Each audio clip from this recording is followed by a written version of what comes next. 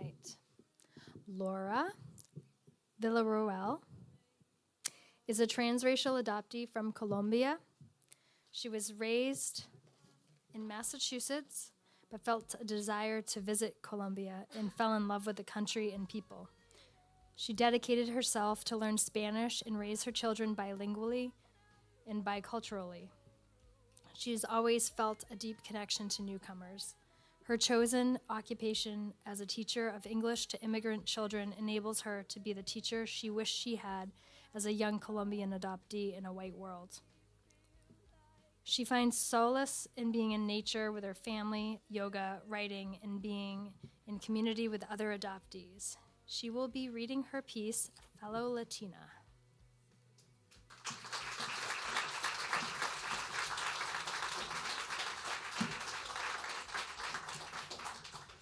Oh, I love that.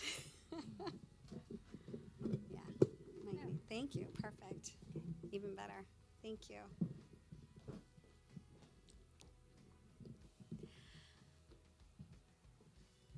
I'm feeling like it's a meant-to-be kind of thing.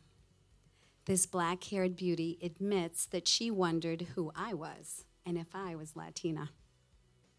I shake my head vigorously, yes, and I ask her, where are you from? She says, Colombia.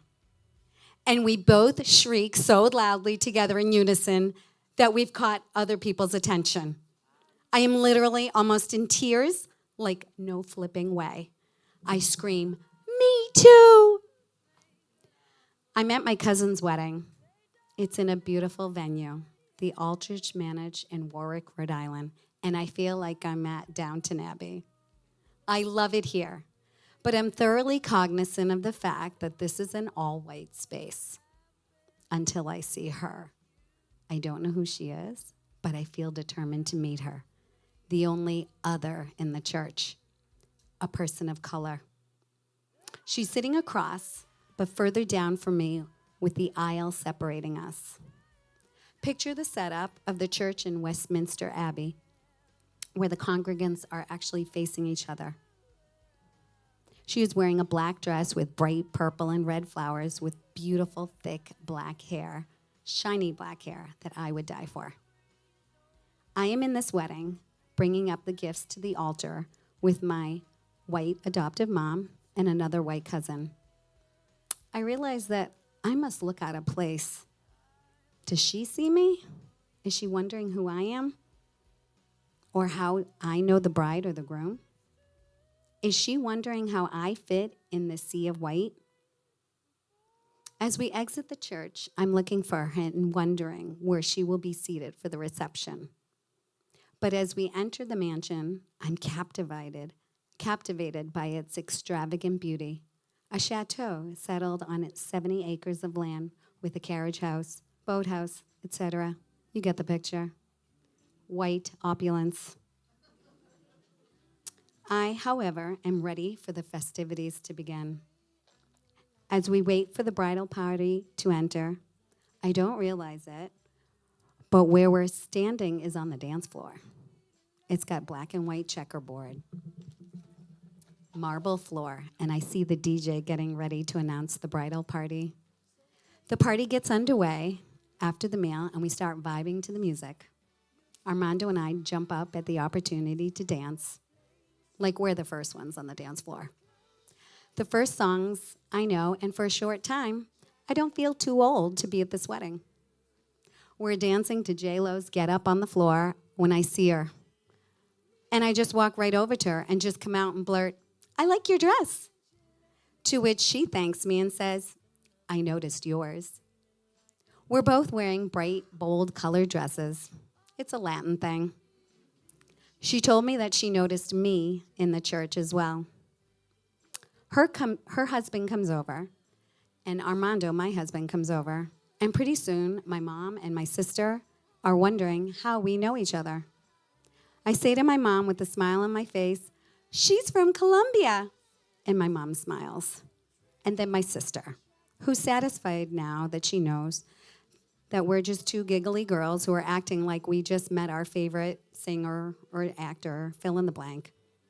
We're standing in front of the DJ, but decide we need to move over to another place to talk. We start talking, asking each other questions like, what's your name? Where do you live? How long you been here?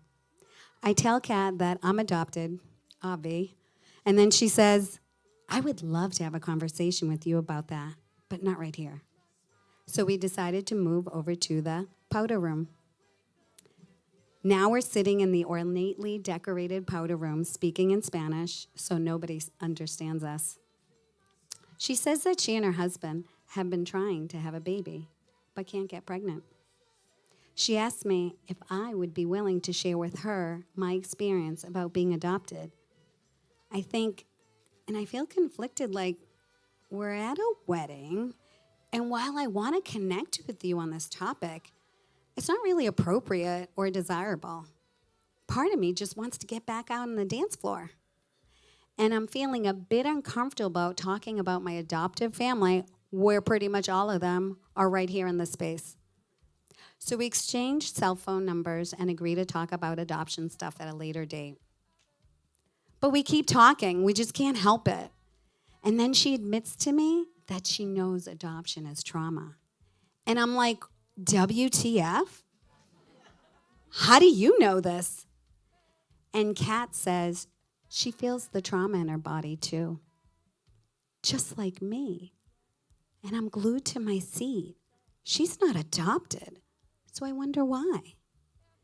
Kat then tells me that her mother left her for about 8 to 9 months while she came to the U.S. to start a new life. And she left her to live with her grandmother when she was a baby. Her body still feels the grief to this day. She tells me she remembers crying a lot. She knows all too well how the body clings to the feelings of abandonment, and she's still working on it. And she actually knows what it means to do the work. She's talking so fast, and the music is still playing, but I hear the words somatic therapy, journaling, breath work, and I'm just in awe as I'm sitting there nodding excitedly with her, since I am fully aware of all these healing modalities. Who would have thought that I would meet a fellow Latina who totally gets it, the abandonment issues, attachment issues, etc., at my white cousin's wedding? We still laugh about it to this day as we text each other every now and then. She sends me information about retreats for somatic healing that we want to do together, and I know someday we will. While she lives in Connecticut, she comes up to visit her husband's family in Burlington, which is where I grew up. Is that another coincidence? I don't think so. And I wonder, could she be the Colombian sister I wish I had? A person to whom I could feel deeply connected to in a way that I have never felt before?